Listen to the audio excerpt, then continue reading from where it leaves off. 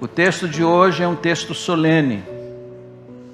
É um texto para ser lido nas casas de leis, no Congresso Brasileiro, nos gabinetes de Brasília, mas também nas nossas igrejas. A palavra do profeta é uma palavra grave, uma palavra para esse momento. Embora esse texto esteja distante de nós, 2.722 anos. Esta profecia, esta palavra foi pronunciada há 2.722 anos atrás, mas continua falando aos nossos dias. Eu vou ler o capítulo na íntegra, são 13 versos apenas. E depois nós vamos ler juntos, em uníssono, o versículo 12.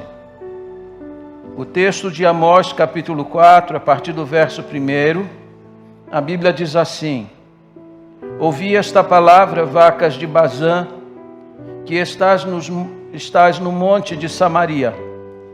Oprimis os pobres, esmagais os necessitados, e dizeis a vosso marido: dá cá e bebamos.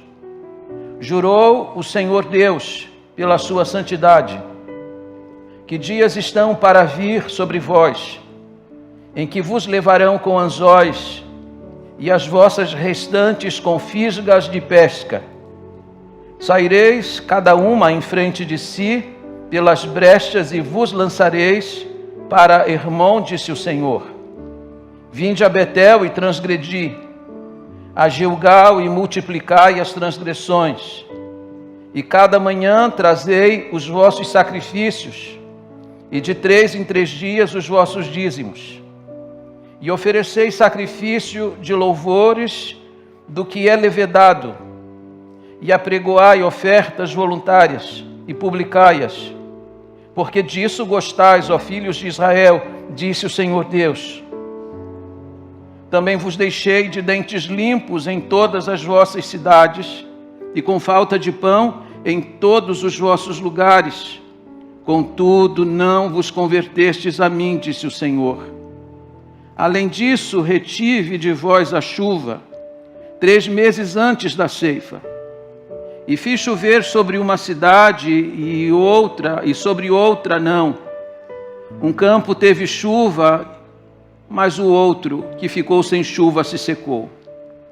Andaram 2 ou 3 cidades, indo a outra cidade para beberem água, mas não se saciaram. Contudo, não vos convertestes a mim, disse o Senhor. Feri-vos com o crestamento e a ferrugem, a multidão das vossas hortas e das vossas vinhas, e das vossas figueiras, e das vossas oliveiras devorou-a o gafanhoto. Contudo, não vos convertestes a mim, disse o Senhor. Enviei a peste contra vós outros, à maneira do Egito. Os vossos jovens matei-os à espada, e os vossos cavalos deixei-os levar presos, e o mau cheiro dos vossos arraiais fiz subir aos vossos narizes. Contudo, não vos convertestes a mim, diz o Senhor.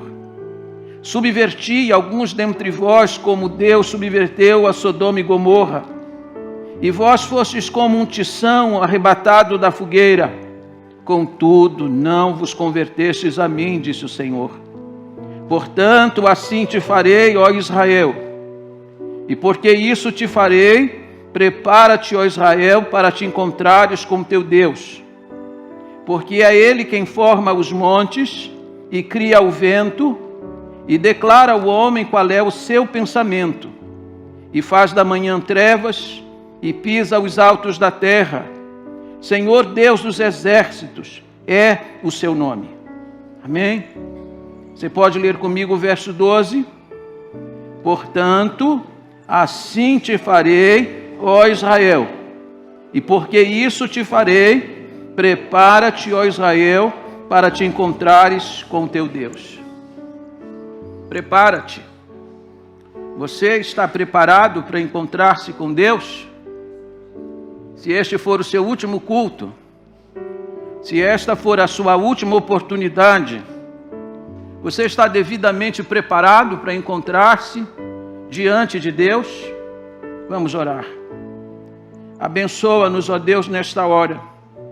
Ajuda-nos na compreensão da Tua palavra e na devida aplicação dela.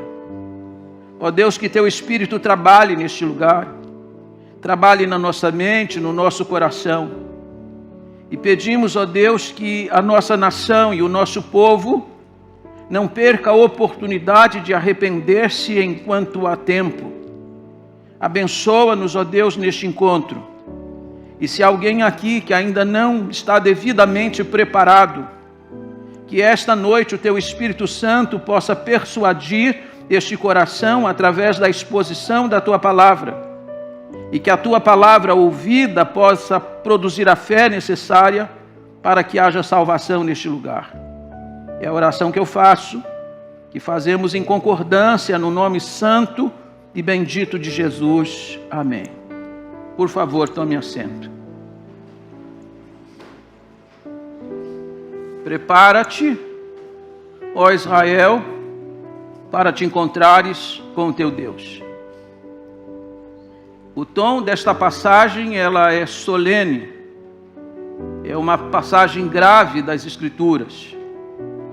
Embora Amós seja um instrumento, o profeta, que esteja pregando esta palavra, todo tempo é dito que esta palavra é uma palavra do Senhor. É Deus que está falando. E quando Deus fala, a gente precisa abrir o ouvido e o coração para ouvir o que Ele está dizendo. E note que o Deus da Bíblia é um Deus que dá oportunidade antes mesmo de aplicar o juízo.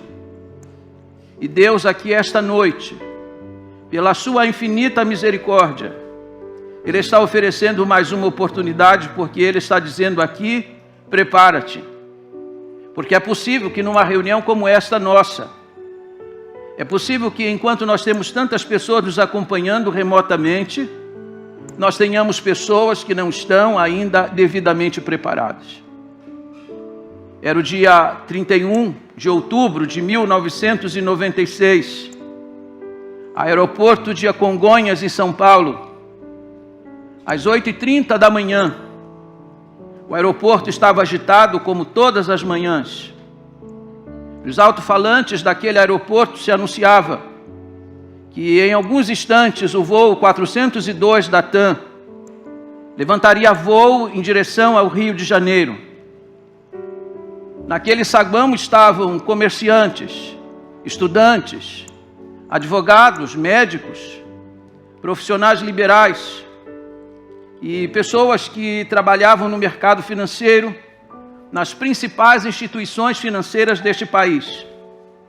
Gente com a agenda lotada, gente com hora marcada no Rio de Janeiro, gente com compromissos inadiáveis. 8h30. Pede-se aos passageiros para adentrarem ao voo 402. Tudo parecia normal naquela manhã. Nos arredores do aeroporto de Congonhas, pessoas estavam vendo televisão. Algumas estavam dormindo até mais tarde. Algumas mães estavam levando seus filhos para a escola. Afinal, era um dia como outro qualquer. 8h30. A porta do Fokker 100 é fechada. O aeroporto está tranquilo ou um pouco agitado para os outros voos. Dentro da aeronave, o aviador dá boas-vindas a todos os passageiros. Informa da sua cabine que está tudo tranquilo, que dentro de 50 minutos todos estarão pousando no Rio de Janeiro. As condições de voo são boas. O comissário de bordo, dentro da aeronave, dá as últimas instruções de segurança.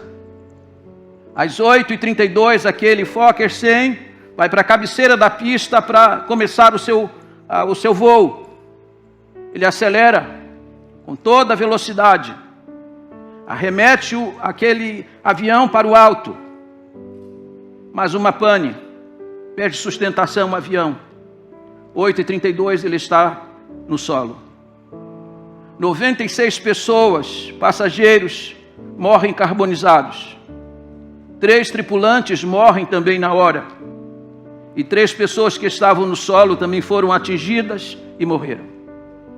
No bairro da Jabaquara, em São Paulo, inúmeras casas foram arrastadas por aquele avião. Foi um incêndio terrível, foi uma destruição implacável.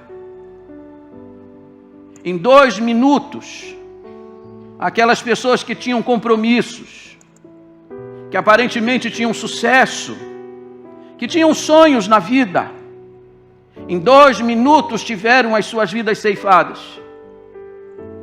Aquele voo não foi um voo para o Rio de Janeiro.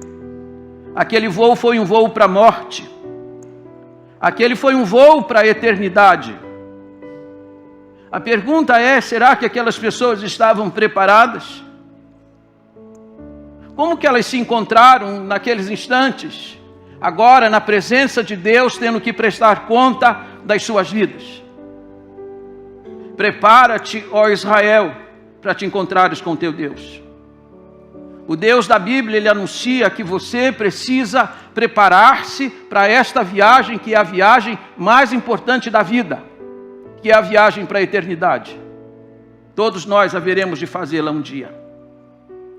O texto de hoje é um texto muito importante, porque Deus está levantando um profeta, um homem simples. A Bíblia diz que ele era um pastor lá em Tecoa, ou ainda um boieiro, alguém que conduzia as vacas, os bois. Deus levantou este homem para trazer um recado para a nação de Israel. O Deus da Bíblia é assim, ele levanta pessoas simples para trazer um recado da parte dele. E o recado que ele trazia para a nação de Israel era um recado solene. Deus está dizendo que Israel não estava preparado, que Israel precisava preparar-se, que a hora derradeira havia chegado. E quem sabe a sua hora derradeira também não tenha chegado. Quem sabe não seja esta a nossa última oportunidade de nos prepararmos adequadamente, porque a qualquer hora, todos nós, assim como aquelas 102 pessoas, estaremos diante de Deus, prestando conta da nossa vida. Prepara-te. Antes de olhar para a mensagem que o profeta traz no capítulo 4, eu quero lembrar algumas coisas importantes a vocês. Primeiro, o nome do profeta. Seu nome é Amós, mas o significado do seu nome é aquele que carrega o peso, aquele que leva o fardo. Isso tem a ver com a mensagem que ele está trazendo. A sua missão em Israel era uma missão antipática. Eu também gosto de levar palavra de conforto. Eu também gosto de pregar mensagens alegres. Mas nem sempre é possível pregá-las. Algumas vezes Deus vai nos confiar uma palavra como esta. Uma palavra dura. Uma palavra contundente. Uma palavra que nos confronta, que nos coloca contra a parede. Deus deu a ele um peso para ele carregar, e a mensagem que ele trazia para a casa de Israel era um peso extraordinário. A segunda coisa que você deve considerar quando olha para a vida deste profeta é quanto à sua ocupação. Capítulo 1, versículo 1 diz assim: palavras que em visão vieram a Amós, que era entre os pastores de Tecoa. Ele era um pastor, ele cuidava de ovelhas, ele cuidava de bois, ele era um homem que estava afeito à vida do campo, sua vida era agropastoril. Mas Deus vai tirá-lo de lá e vai colocá-lo num lugar de destaque, para que ele possa pregar e anunciar a mensagem de Deus a Israel. E note que o lugar de onde ele vem é bastante sugestivo, porque diz o texto que ele é pastor em Tecoa. Tecoa era um lugar que estava a 15 quilômetros de Jerusalém. Tecoa era o lugar onde a sentinela de Israel se posicionava. Sempre que havia um perigo à nação de Israel, lá de Tecoa, a sentinela tocava a trombeta para anunciar à nação que o perigo estava chegando. Pois o perigo estava chegando para Israel. E lá de Tecoa, Deus fez com que ele começasse a tocar a trombeta, avisando que o castigo de Deus está a caminho.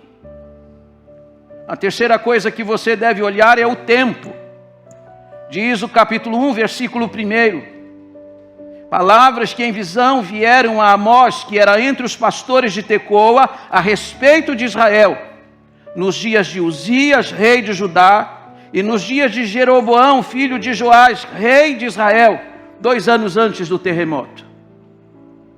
Deus o levantou nos dias de Uzias e nos dias de Jeroboão. Uzias era o rei do reino do sul, Judá.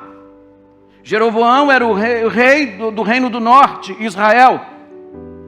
E é curioso que esses 2 reinos estão em franco progresso econômico.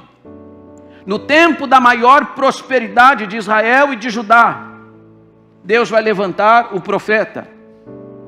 Mas embora a nação estivesse vivendo um momento de prosperidade econômica e financeira, a verdade é que a nação está vivendo uma profunda decadência espiritual. E Deus agora começa, através de Amós, a anunciar que o perigo está chegando. E quarto, a mensagem do profeta.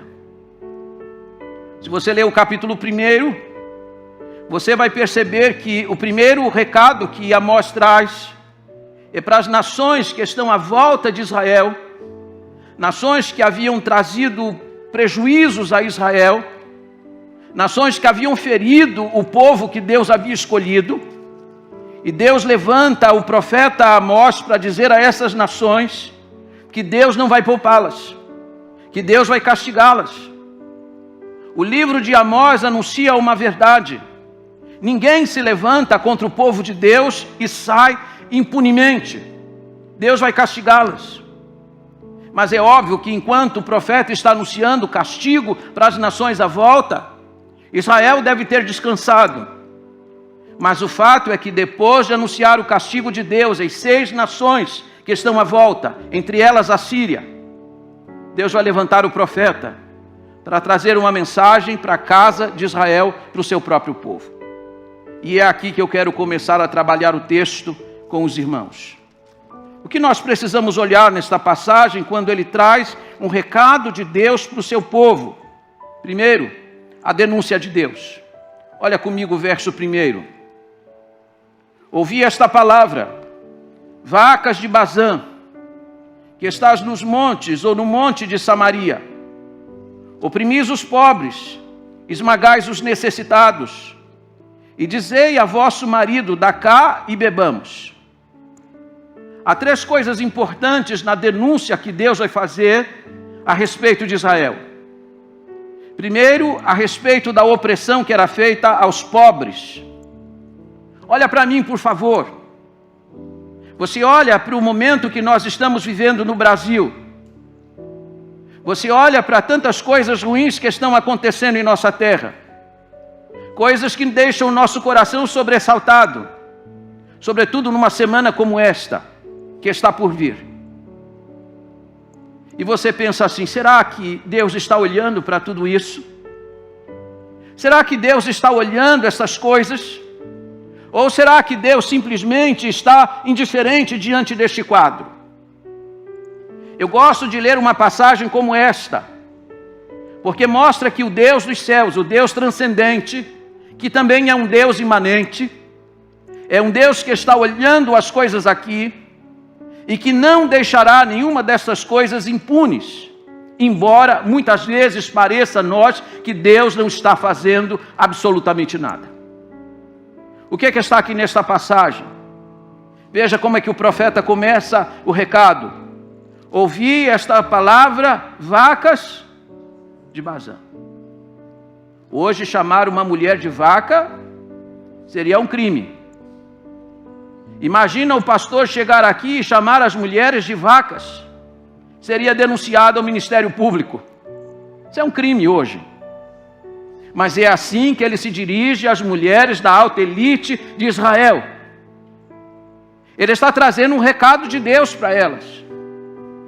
E a razão para ele usar algo pejorativo, uma linguagem pejorativa como esta.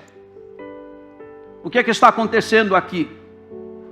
Israel estava vivendo uma situação jurídica como a que vivemos hoje.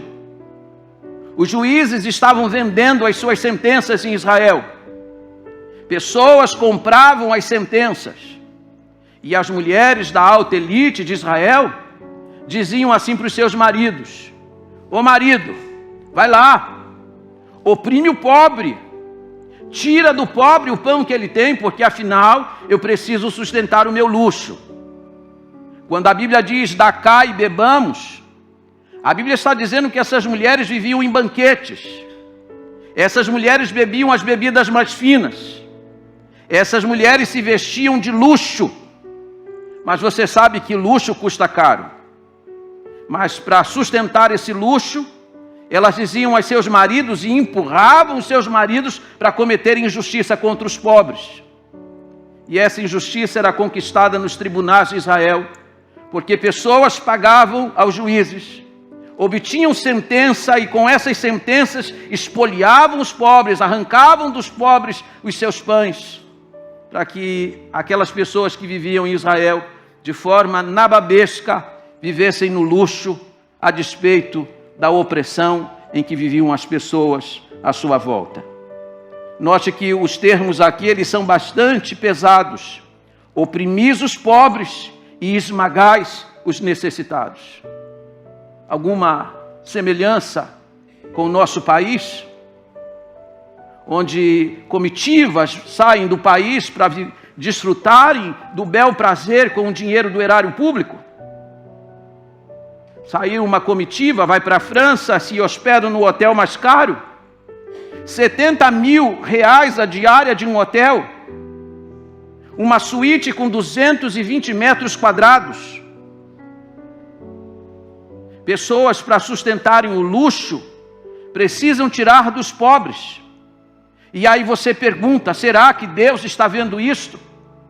E isso estava acontecendo em Israel. E Deus chama o profeta Amós para denunciar esse tipo de coisa. Pensamos que Deus só se interessa com as questões espirituais. Mas você sabe que muita parte ou muito dos castigos que Deus enviou a Israel tinha a ver com a injustiça social. A Bíblia diz que aquele que oprime o pobre ofende a Deus. Toda injustiça que é cometida contra eles, Deus vai retribuir. A segunda coisa que Deus vai denunciar na sua palavra tem a ver com a adoração. Verso 4 e 5.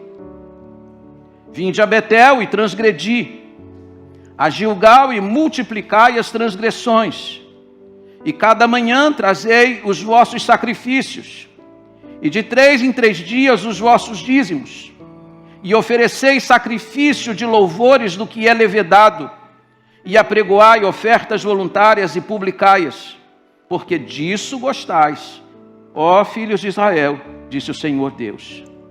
Quero frisar para você essa expressão, porque disso gostais. Vocês podem repetir comigo? Porque disso gostais. A pergunta que a gente tem que fazer diante de uma passagem como esta é esta: quem é que deve gostar do culto? Você já fez essa pergunta para alguém hoje? E aí, você gostou do culto hoje? Porque muitas vezes nós pensamos que o culto ele tem que agradar os participantes dele. Mas Deus estava completamente descontente com o culto que era dado a ele em Israel. Deus disse: desse tipo de culto vocês gostam. Vocês gostam, eu não. Portanto, quando nós prestamos a Deus um culto, a nossa preocupação não é com aquilo que nós gostamos. E quantas vezes na igreja você ouve essa expressão: ah, mas é disso que a gente gosta. Mas será que Deus gosta desse tipo de culto? Observem que eles estão trazendo ofertas, eles estão entoando louvores, estão cantando músicas. O culto em Israel aparentemente tinha estética, tinha beleza, mas era um culto centrado no homem, era um culto para agradar o homem e não para agradar a Deus. Deus disse: desse tipo de culto eu não gosto. E Deus é irônico quando fala por meio do profeta. Ele disse: vinde a Betel e transgredi, a Gilgal e multiplicai as transgressões. Você sabe o que significa Betel? Betel significa casa de Deus. Mas Betel naqueles dias havia se tornado um centro de adoração pagã. O rei Jeroboão havia colocado dentro do templo, lá em Betel, um bezerro de ouro. E o povo estava adorando a Deus através deste bezerro de ouro. Ou seja, eles estão fazendo um culto para Deus, mas que não tem nada a ver com Deus. Eles estão fazendo mistura de coisas pagãs com coisas de Deus. Aquilo que nós chamamos hoje de sincretismo. Muito presente nas nossas igrejas. Algumas expressões do mundo pagão entrando dentro das igrejas e nós achamos isso gostoso e bonito. Mas Deus disse, disso eu não me agrado. Eles estão trazendo sacrifícios, ofertas levedadas. Ou seja, eles estão fazendo um culto contrário àquilo que Deus havia ensinado na sua palavra, porque Deus não aceita a oferta levedada, ou seja, a oferta com fermento. Eles estão fazendo um culto, dizendo que este culto é para Deus, mas esse culto não está seguindo os padrões de Deus. Quando fazemos um culto a Deus, nós devemos ter o cuidado de estar fazendo um culto que seja biblicamente aceitável. Caso contrário, Deus não o aceita. A terceira coisa que Deus vai denunciar é a desonestidade nos negócios. Aliás, uma palavra. Será que Deus vê quando a gente faz as nossas negociatas? Quando a gente faz os nossos acordos comerciais? Quando fazemos algum acordo dentro de uma sala, será que Deus está vendo isto? Quando nós trafegamos com desonestidade, Deus está vendo isto? Porque diz lá o capítulo 8, versículo 5, que eles estão agindo com desonestidade nos negócios e Deus está vendo isto. 8:5 diz assim: quando passará a festa da lua nova para vendermos os cereais, e o sábado para abrirmos os celeiros de trigo, diminuindo o efa e aumentando o ciclo, procedendo dolosamente com balanças enganadoras. Na hora de cobrar o valor, se cobrar mais. Na hora de entregar o produto, se entrega o produto a menos. Deus disse, eu não aceito desonestidade. Deus está olhando do céu, Deus está denunciando o pecado. E aqui olha para mim, por favor. O castigo que está vindo para Israel, ele não vai vir por uma fatalidade. Ele está vindo pela retribuição das coisas que estão acontecendo no meio daquele povo. A pergunta que a gente tem que fazer no Brasil hoje é esta: será que Deus não está olhando tanta coisa errada neste país e retribuindo exatamente isto? O que está acontecendo não é uma fatalidade, é a vara do juízo de Deus sobre nós. E eu aqui acrescento sobre nós, porque nós somos este povo, fazemos parte dele. Todas as vezes que você vê na Bíblia alguém confessando o pecado, alguém se inclui nisto, dizendo nós pecamos contra Deus. Numa semana como a que nós estamos para viver, nós deveríamos aqui com honestidade chegarmos diante do Senhor e dizer: Senhor, nós temos procedido mal diante dos teus olhos. Temos feito coisas que desagradam o teu coração e sabemos que é por isso que estamos passando por essas dificuldades em nossa terra. A segunda coisa que você precisa olhar comigo nesta passagem é o juramento de Deus. Capítulo 4, versículo 2. Jurou o Senhor Deus pela sua santidade, que dias estão para vir sobre vós, em que vos levarão com anzóis e as vossas restantes com fisgas de pesca. Saireis cada uma em frente de si pelas brechas e vos lançareis para o Hermon, disse o Senhor. Não havendo ninguém maior do que Deus para jurar, Deus jurou pela sua própria santidade. Sempre que há um juramento na Bíblia, esse juramento está dizendo que ali precisa se credenciar que algo de fato vai acontecer. E Deus está se dirigindo a estas mulheres que, em vez de conterem os seus maridos, em vez dessas mulheres dizerem para seus maridos: ô marido, não faça injustiça com o pobre. Ô marido, ajude o pobre. Não, essas mulheres estão dizendo para eles: vai lá, paga o juiz, obtenha uma sentença, e vamos arrancar do pobre aquilo que ele tem. Deus então faz um juramento aqui. Diga para essas mulheres que o castigo para vocês está vindo. Vocês vão ser arrastadas com fisgas e com anzóis na sua boca. Você sabe que os assírios eram implacáveis quando eles capturavam os seus inimigos. Não apenas cortavam as cabeças e colocavam sobre estacas na entrada das cidades para colocar medo nos seus inimigos. Eles também transportavam os seus capturados com anzóis na sua boca. No lábio inferior eles colocavam um gancho e puxavam as pessoas até a Síria. Deus disse: é assim que vocês vão ser carregados daqui. Vão colocar anzóis nos lábios inferiores de vocês e vocês vão ser carregados como se fossem peixes que foram apanhados no anzol. Não apenas isso. Sairá cada uma em frente de si, como se fosse um rebanho. Elas não foram chamadas de vacas? Uma de frente à outra, e vocês vão seguir, e assim vocês vão para o lugar do cativeiro. Deus está dizendo: eu estou jurando isso pela minha própria santidade. Sabe por que Deus castiga? Porque Deus, Ele é santo. Sabe por que Deus está dizendo para Israel que Ele vai mandar o castigo?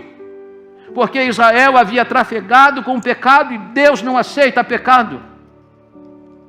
A gente pode se vitimizar no Brasil. Nós podemos achar que tudo que acontece contra nós é injusto. Mas a verdade é que Deus, na sua santidade, não pode ignorar o mal, porque se Deus ignorar o mal, Ele nega a si mesmo, Ele nega o seu caráter santo. Ele disse: eu juro pela minha própria santidade. Terceira coisa importante do texto é a insistência de Deus. Se você observar do verso 6 até o verso 11, Deus vai dizer tudo o que Ele está para trazer sobre Israel. 6 castigos Deus vai trazer. Mas quando Deus envia o castigo, Deus envia o castigo para amolecer o coração deles. Deus está chamando Israel ao arrependimento. Como é que Deus chama Israel ao arrependimento? Primeiro, pela fome, verso 6. Também vos deixei de dentes limpos em todas as vossas cidades, com falta de pão em todos os lugares. Quando o dente está limpo, significa que o estômago está o quê? Vazio. Vou enviar a fome. Deus fala de muitas maneiras, disse o autor de Hebreus no capítulo 1. Deus está falando com eles através da fome. Segunda coisa que Deus vai fazer para aplacar a dureza do coração deles, a seca, verso 7. Além disso, retive de vós a chuva, 3 meses antes da ceifa. Vai chover num lugar e no outro não. E quando não chove 3 meses antes da ceifa, tudo que foi plantado vai se perder. A fome vai ser mais grave. Deus está falando através da fome. Terceiro lugar, versículo 9. Deus vai falar através das pragas. Feri-vos com o crestamento e a ferrugem. A multidão das vossas hortas e das vossas vinhas e das vossas figueiras e das vossas oliveiras devorou ao gafanhoto. Deus mandou pragas para consumir as plantas. E aquilo que as pragas, as doenças não consumiram, a Bíblia diz que vieram os gafanhotos e destruíram. Deus está falando. E agora olhe, mais adiante, verso 10, Deus envia as doenças. Enviei a peste contra vós outros, a maneira do Egito. Vocês lembram das enfermidades que Deus enviou sobre a nação egípcia quando queria tirar Israel de lá? Deus jurou que, de acordo com a sua aliança, se aquele povo fosse fiel a Ele, aquelas doenças nunca iam chegar para Israel.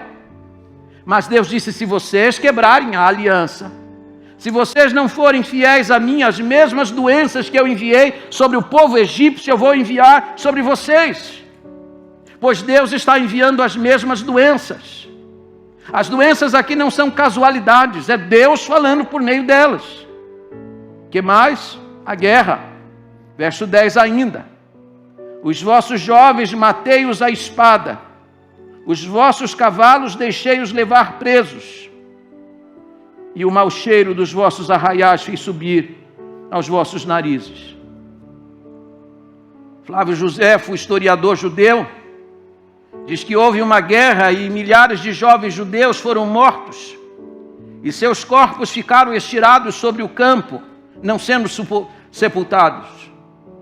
O cheiro foi insuportável, e por causa desses corpos insepultos veio um outro mal sobre Israel, a chamada peste bubônica. Deus está falando com Israel, Deus está falando através da guerra, mas Deus vai falar ainda por um outro meio. Deus vai falar através das catástrofes. Versículo 11. Subverti alguns dentre vós, como Deus subverteu a Sodoma e Gomorra, e vós fostes como um tição arrebatado da fogueira. Do mesmo modo como eu agi em Sodoma, eu vou agir no meio de vocês. Possivelmente esta catástrofe foi um terremoto, porque o capítulo 1, versículo 1 diz: 2 anos antes do terremoto. Deus falando, Deus chamando. Mas sabe o que é curioso? É que 5 vezes você vai encontrar o mesmo estribilho. Versículo 6, finalzinho diz assim: contudo,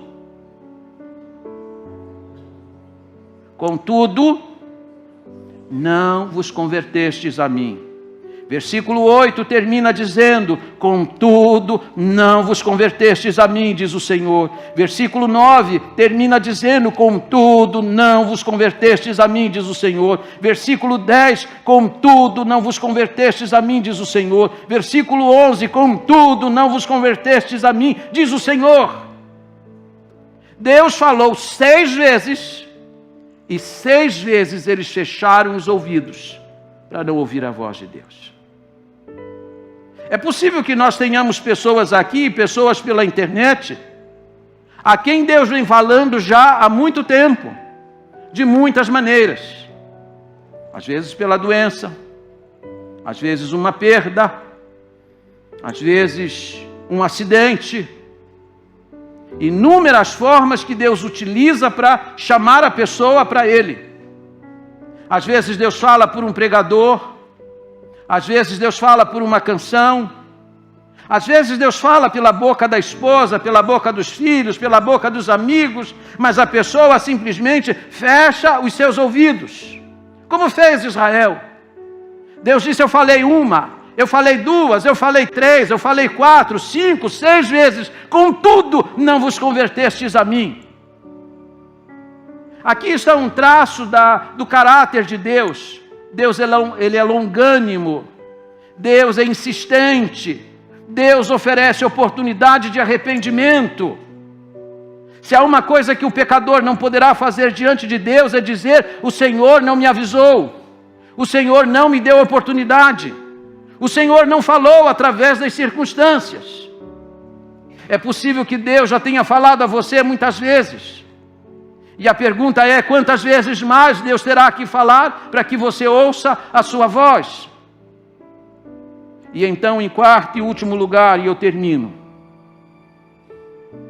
Deus denunciou o pecado, Deus fez um juramento pela sua santidade, Deus insistiu com a casa de Israel, falando pelas inúmeras circunstâncias, mas eles não ouviram a sua voz. Então Deus agora, no verso 12, entrega um ultimato. Versículo 12. Portanto, ou seja, vocês não me ouviram, eu já falei, eu já anunciei, eu já preparei vocês, mas vocês não querem me ouvir. Portanto, assim te farei, ó Israel, e porque isso te farei, prepara-te, ó Israel, para te encontrares com o teu Deus. Aprontar-se com antecedência. É isso que significa preparo. Você está preparado para encontrar-se com Deus? Israel não estava. Deus já havia anunciado, mas eles não haviam se arrependido. Deus os chamou para si, mas eles não quiseram vir. Deus disse então, nesta hora de confronto e de encontro, vocês não estão preparados para se encontrar comigo. Preparo é tudo. Todos os anos no Brasil, 300 mil jovens que se formam nas nossas universidades.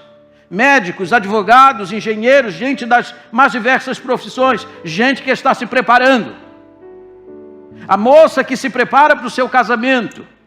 A festa, o salão, os convidados, a roupa, todas essas coisas que fazem parte do preparo. Nós temos também aquela mãe, aquela jovem mulher que está esperando o seu bebê, ela também faz preparativos. Enxoval, o quarto do bebê, a decoração do quarto, a pintura do quarto, a cor que vai ser escolhida. Quantas coisas a gente prepara! Mas muitas vezes preparamos tudo e nos preparamos para todas as coisas, mas não nos preparamos para encontrar-nos com Deus. E a pergunta é, se hoje você tiver que comparecer diante de Deus, você está preparado? Conta-se a história de um rei que tinha na sua corte um palhaço chamado Bobo. E o Bobo era bastante alegre. Alegrava todos no salão, e o rei se deliciava com as coisas que ele fazia. E um dia o rei chamou o palhaço ao seu encontro e disse, olha, eu vou lhe dar uma varinha. E no dia que você encontrar uma pessoa mais boba que você, entrega essa varinha para ela. Acontece que Bobo era um palhaço, mas era crente em Jesus Cristo. E quando o rei adoeceu e estava no seu leito de morte, o Bobo foi visitá-lo. E o rei foi indagado pelo palhaço, que lhe fez a seguinte pergunta: ó rei, o senhor está preparado para encontrar-se com Deus? O senhor está preparado para a eternidade? E o rei lhe respondeu, eu não me preparei para isto. Então o bobo pegou a varinha e entregou para o rei e disse, eu acabo de encontrar alguém mais bobo do que eu. Quem não se prepara para a eternidade é bobo. E ele então devolveu a varinha para o rei. Você está preparado para encontrar-se com Deus? Você é jovem? Tem muito pela frente, você imagina. Pois naquele voo 402 havia dezenas de jovens lá que não tiveram futuro algum, porque naquele dia fatídico de 31 de outubro de 1996, eles fizeram um voo para a eternidade e se encontraram com Deus. Infelizmente, muitos deles completamente despreparados. Observe que este texto da Bíblia, verso 13, termina Deus mostrando quais são as suas credenciais para exigir de nós preparo para nos encontrarmos com Ele. O verso de número 13 mostra 4 verdades sobre Deus. Primeiro, que Deus ele é o Criador, porque é Ele quem forma os montes e cria os ventos. Deus é o Criador de todas as coisas. Foi Deus que criou você. Foi Deus que deu a você o fôlego da vida. Foi Deus que chamou você à existência. E Deus colocou você neste mundo com o propósito de servir a Ele e adorar a Ele. Você deve se curvar diante dEle. Segunda coisa que Deus disse a seu próprio respeito é que Ele é onisciente. Diz ainda o versículo 13, declara ao homem qual é o seu pensamento. Deus conhece você. Deus conhece seu íntimo. Deus conhece seus segredos. Deus conhece os seus pecados. E esse Deus chama você para arrepender-se diante dEle e mudar o curso da sua vida. Deus diz mais a seu próprio respeito. E faz da manhã trevas e pisa os altos da terra. Deus se apresenta como um Deus soberano. Um Deus que tem debaixo dos seus pés todas as coisas. Um Deus que tem poder absoluto, inclusive sobre a sua existência. Você tem todos os motivos para curvar-se diante dEle e preparar-se para encontrar-se com Ele. Mas Deus diz mais. Deus se apresenta como Senhor, Deus dos exércitos, é o seu nome. Deus disse, eu sou invencível. Se Deus é o soberano, se Deus é invencível, você precisa curvar-se diante dele, render a sua vida completamente a ele. Porque se você não fizer, quando Deus chamar você, você vai estar completamente despreparado. Por favor, curvem as vossas frontes agora. Fechem os seus olhos agora. Não importa se você é crente ou não crente, eu gostaria que você fizesse esta pergunta. Eu estou pronto? Eu estou preparado para me encontrar com Deus? E se eu vim a este lugar e Deus está me dando uma oportunidade de preparo, como que eu estou para encontrar-me com o Senhor? Deus está falando com aquele que era chamado seu povo, mas aquele que era o seu povo não estava preparado. Deus quer te dar uma oportunidade hoje. E eu exorto a sua alma para que você não saia deste lugar sem ter a plena e total convicção de estar preparado para encontrar-se com Deus. Fiquemos todos em pé. E eu quero que vocês se juntem a mim nesta hora, para clamarmos em favor da nossa nação. Dias difíceis estão por vir, disse o Senhor para Israel. Permita a Deus que Ele desvie esses dias de nós. Que Deus tenha compaixão de nós e do seu povo, da sua igreja. Não sabemos o que está para acontecer, mas pedimos a Deus que pela sua infinita bondade e misericórdia, Deus olhe para nós mais uma vez e desvie de nós o castigo, porque a nossa nação merece recebê-lo. Eu não tenho dúvida disso. Aqui se produzem as novelas mais imorais do mundo. Aqui se fazem as passeatas mais imorais do mundo. A maior passeata gay é aqui em São Paulo. Aqui se comete pecados, aqui se trama nas casas de leis. Aqui os nossos governantes estão imiscuídos em muitas coisas erradas. E muitas das nossas igrejas estão vivendo hoje um descalabro espiritual. Deus olha do céu e diz: dias difíceis estão por vir. Eu sou um Deus santo, e um Deus santo não tolera o mal.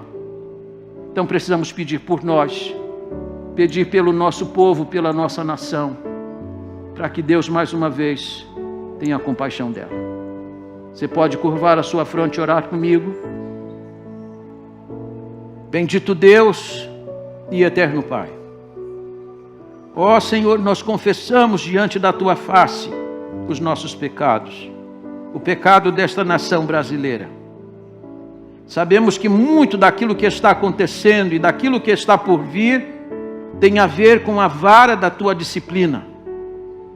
Tu és um Deus santo que não tolera o mal. O Senhor tem visto todas as injustiças. O Senhor tem visto toda a corrupção que acontece em nossa terra. O Senhor tem visto todas as tramas, tem ouvido todas as conversas. O Senhor tem contemplado todas as coisas erradas que se fazem debaixo do céu. Deus tenha misericórdia de nós. Salva a nação brasileira. Transforma teu povo, que é chamado pelo teu nome. Traze verdadeiro avivamento às nossas igrejas, para tirarmos do nosso meio aquelas coisas que o Senhor não aprova, para restaurarmos a adoração no meio da igreja, para fazermos no culto não aquilo que nós gostamos, mas aquilo que agrada o teu coração. Deus bendito, levanta homens sérios, probos, honestos, para governarem esta nação. Levanta homens tementes para o ministério público, para o Supremo Tribunal Federal.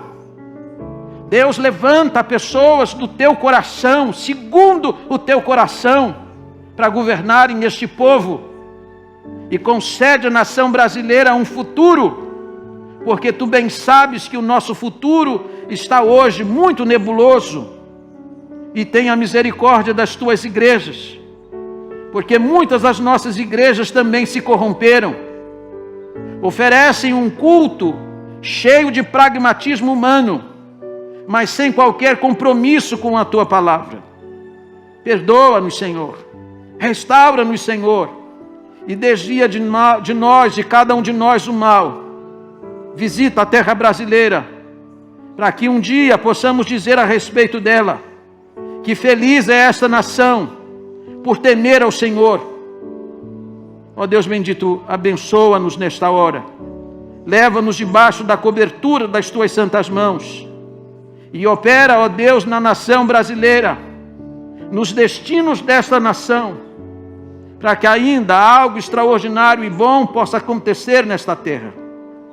Nós te oramos assim. Ouve, Senhor, nós te pedimos. Ouve, Senhor, nós te pedimos. Ouve esta petição, nós te pedimos. Porque nós te pedimos no único nome, no nome mais lindo, no nome mais belo, no nome mais doce. E eu te peço no nome de Jesus, que o Senhor derrube todo o principado, toda a potestade, todo o reino de Satanás, que, ó Deus, tem toldado os horizontes do Brasil.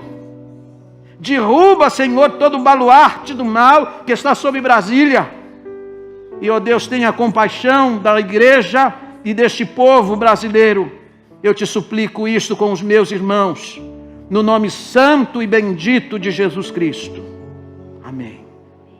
E seja sobre nós agora o amor de Deus, o nosso eterno e bendito Pai, a graça do nosso Senhor e Salvador Jesus Cristo, e as doces consolações do Espírito Santo de Deus, seja sobre a vida desta igreja, e sobre todo o teu Israel espalhado em toda a face da terra, hoje e para todos sempre. Amém e amém.